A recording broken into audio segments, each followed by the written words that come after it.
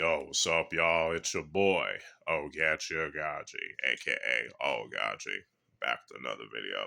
Now, before we begin, I just want to let y'all know in advance, once again, if you hear any background noises, talking, yelling, or anything like that, that's my family. So, just want to let y'all know in advance, like I usually do. Anyway, let's get started.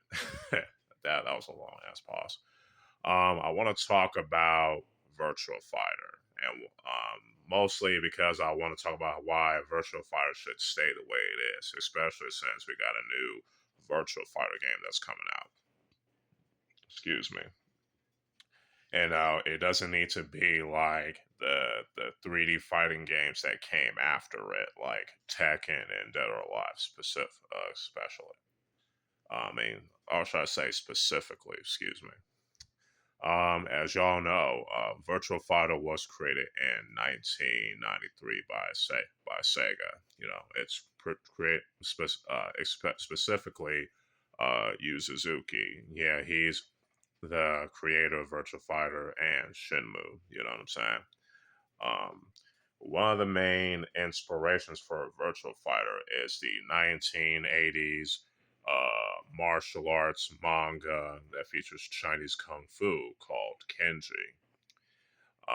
It features the northern Chinese kung fu style Baji Chen or Baget Kun in Cantonese.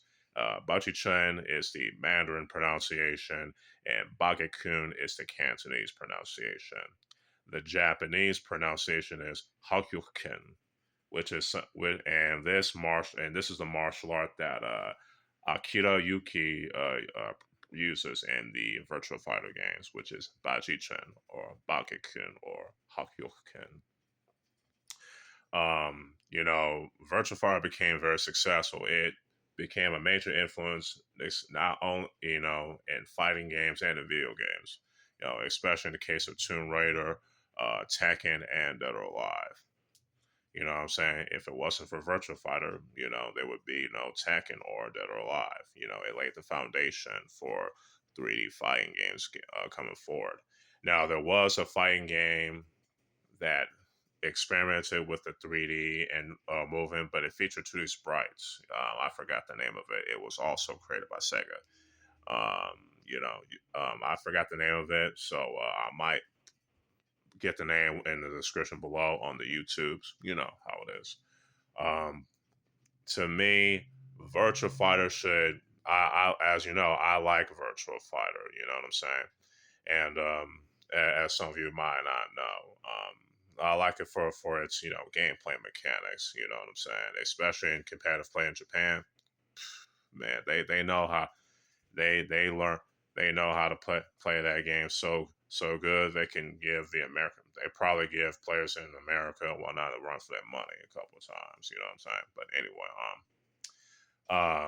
as y'all know, and like I said, Virtual Fighter, it's fine the way it is. You know what I'm saying? It doesn't need to be like Tekken with the over the top action, and it doesn't need to be like They're Alive with the sexualized femme fatale badasses. You know what I'm saying? Um, also Katsuhiro Harada and the late great Tomonobu Itagaki, they gave Virtual Fighter their props. They love Virtual Fighter, especially in the case of the late great Tomonobu Itagaki. He said that he loved Virtual Fighter.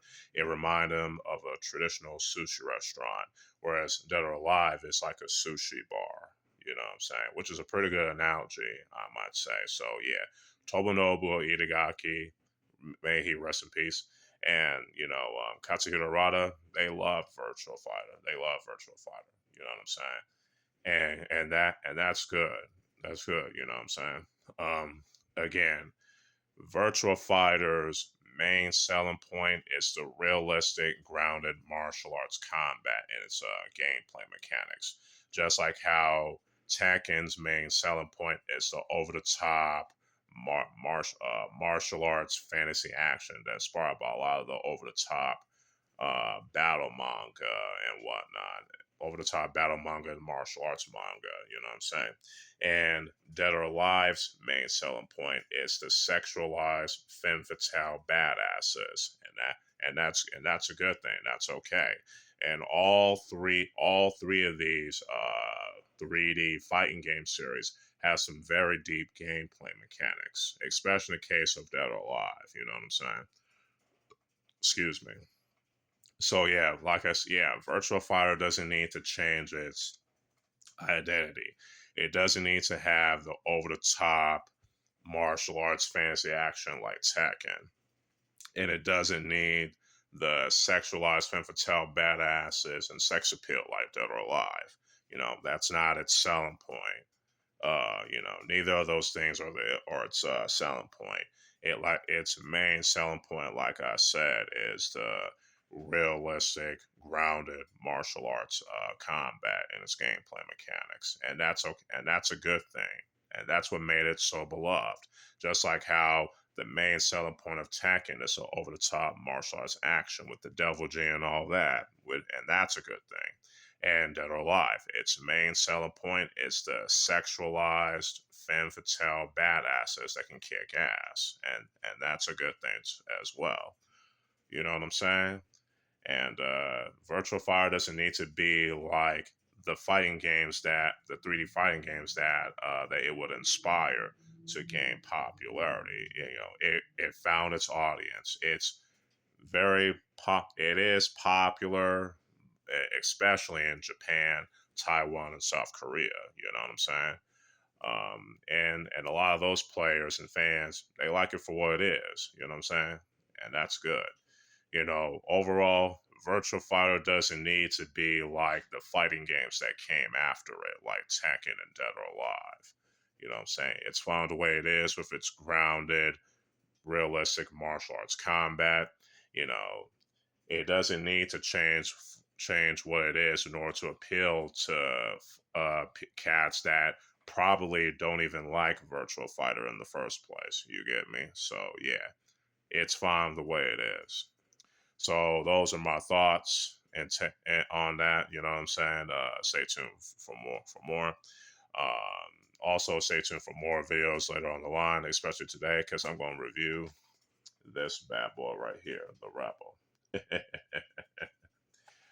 Yeah, if you like this video, you can like it, share it, all that good stuff. Y'all know what time it is.